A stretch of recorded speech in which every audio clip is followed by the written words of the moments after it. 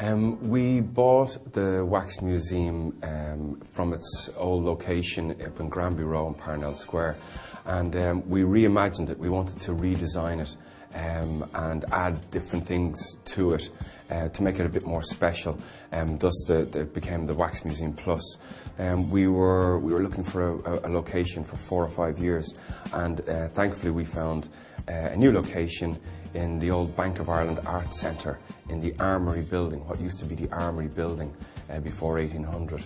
And it's a fantastic old neoclassical building and Foster Place just off College Green. We've redesigned the Wax Museum now, and we've added various different things to it. We've added recording studios, we've added a science room to it, celebrating Irish inventors and inventions. We've added kind of a YouTube recording studio where you can go in, do your song and dance, download it when you get home. You're placed in a video with your friends, and you can send it to all your friends. There's a whole host of different things that we've added to the Wax Museum to make it a much more broader experience, full of fun and history and learning. And it's a great way to kill a few hours in the city centre. As you enter the home of Irish myths and legends, beware the ferocious hound of Cullen. In here are the tales spanning thousands of years of magic, witchcraft, druids, curses, heroes, wars, and mythical creatures.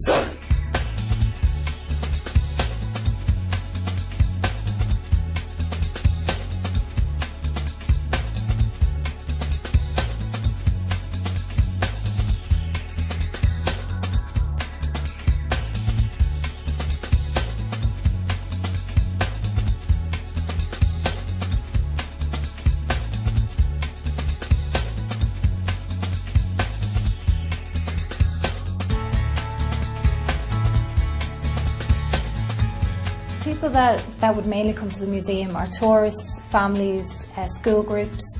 There's something for everybody here, young and old, so we get a mixture of different types of people that come every day. On the first floor we have our children's world. We have Harry Potter, The Simpsons, Santa Claus. We also have a children's cinema where kids and parents can relax and watch a movie. But what our visitors really like about the museum is the fact that they can get up close to historical figures, their favourite TV stars, sporting heroes, musical legends.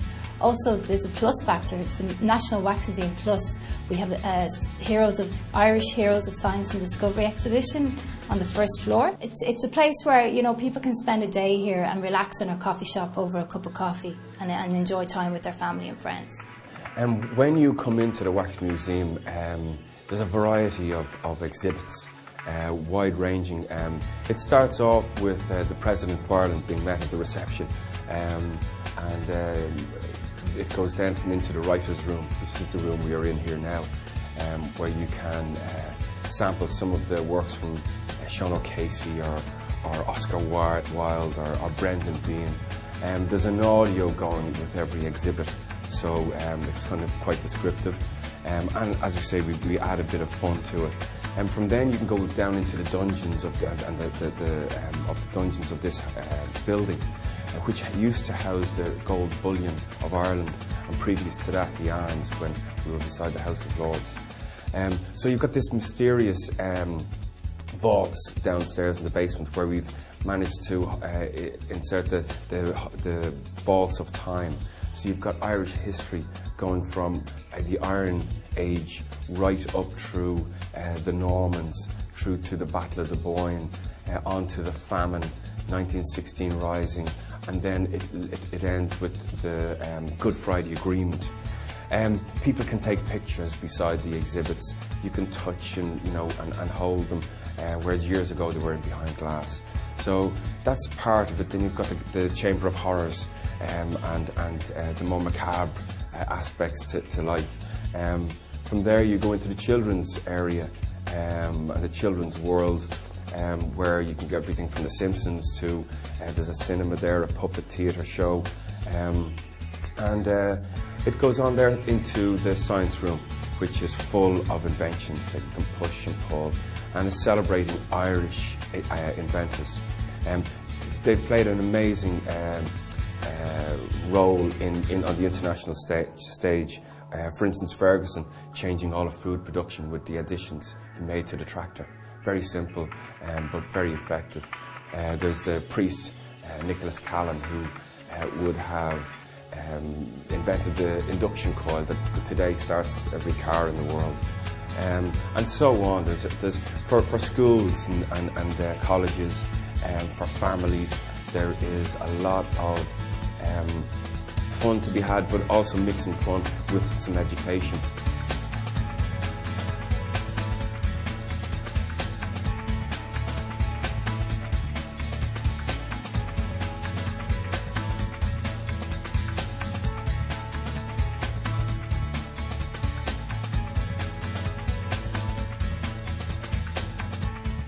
We're here in the Heroes of Irish Science and Discovery exhibit in the National Wax Museum Plus in Dublin.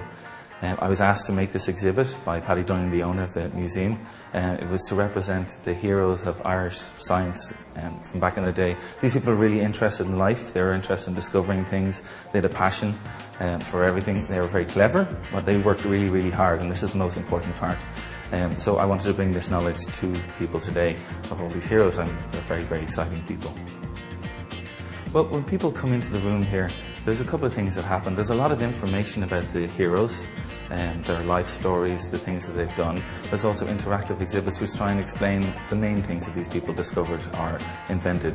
And bear in mind, these people are the people in Ireland that made our world a better place to live in, and so we want people to understand that. So there's a lot of writing about them, so you can you get a feel for who these people are.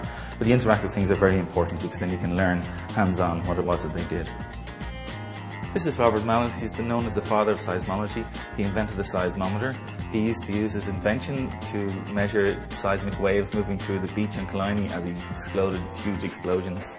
So he's his inventions to this. Actually, down here we have a seismometer. This is a seismometer, and if I was to jump, this seismometer will take my recording of my vibrations I cause and display it on an oscilloscope up here. You can see me jumping. And these are the machines that they use to measure seismic waves today and to record earthquakes and how hard they are. We have some nice touch screens here to display all the earthquakes around the world over the last 60 years. There's earthquakes and volcanoes, and you can see the tectonic plates formed around here and them separating and then moving together. And same here.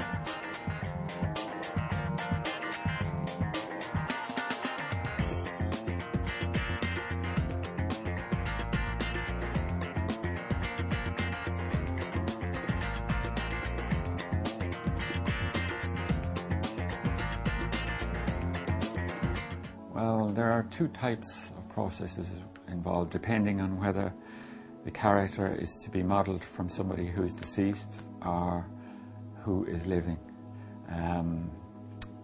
For a living person, it involves generally a sitting, which lasts about a couple of hours, and their measurements are taken and photographs and general reference for the model to be worked for. Obviously, it's an awful lot easier to work from life than from somebody who's deceased.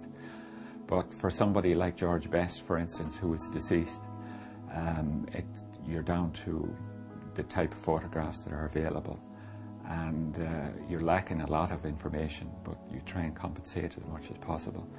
And basically, that's the main difference involved. When your head is made, or modelled, as it's called, a mould has to be made of that. And a mould is like the shell of an egg. It's basically, as you can see in this head, there's a seam line here which runs down this part, and this was done with a two-piece mould. And it's generally silicone, or plaster of Paris can be used as well.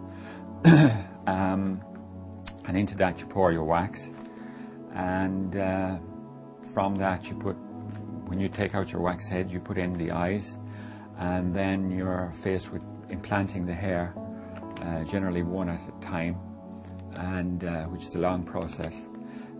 You have to make eyelashes, and the eyebrows here have to be implanted, and finally you end the process by painting it. Of course, this doesn't take into consideration the fact that you have to make a body and hands and stuff like that. Well, I liked Samuel Beckett because of the character that's in his face. He's got a very lined, obvious feature face, but that doesn't tell the whole story, because he's still not an easy figure. He would be considered easy by somebody who wouldn't possibly know what's involved, but there was quite a lot of references available for him, and so I kind of enjoy doing him because of his skin texture in particular. If you look at it in detail, it's got skin texture which I invented a new way of doing, which if you look at it close up you can see, and I think it makes a difference.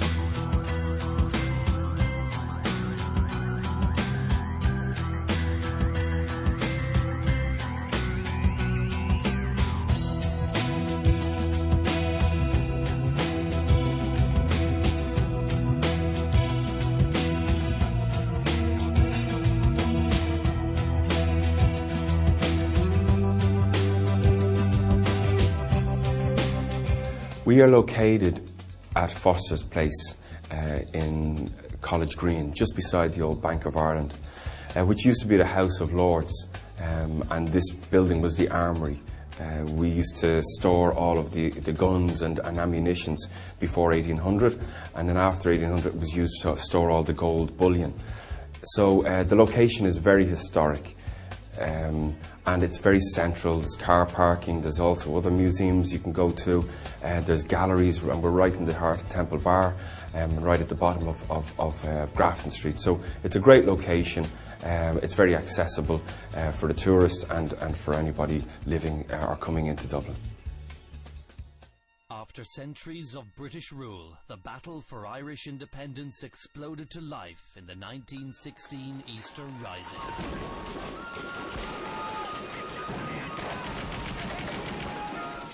By 1993, the Downing Street Declaration set up the peace process proper, with Prime Minister John Major and Taoiseach Albert Reynolds agreeing to get all sides around the table. Finally, after years of these talks, on the morning of Good Friday 1998, Northern Ireland was given the chance of a whole new beginning. For the month of March, we're offering City Channel viewers a 10% discount on admission price.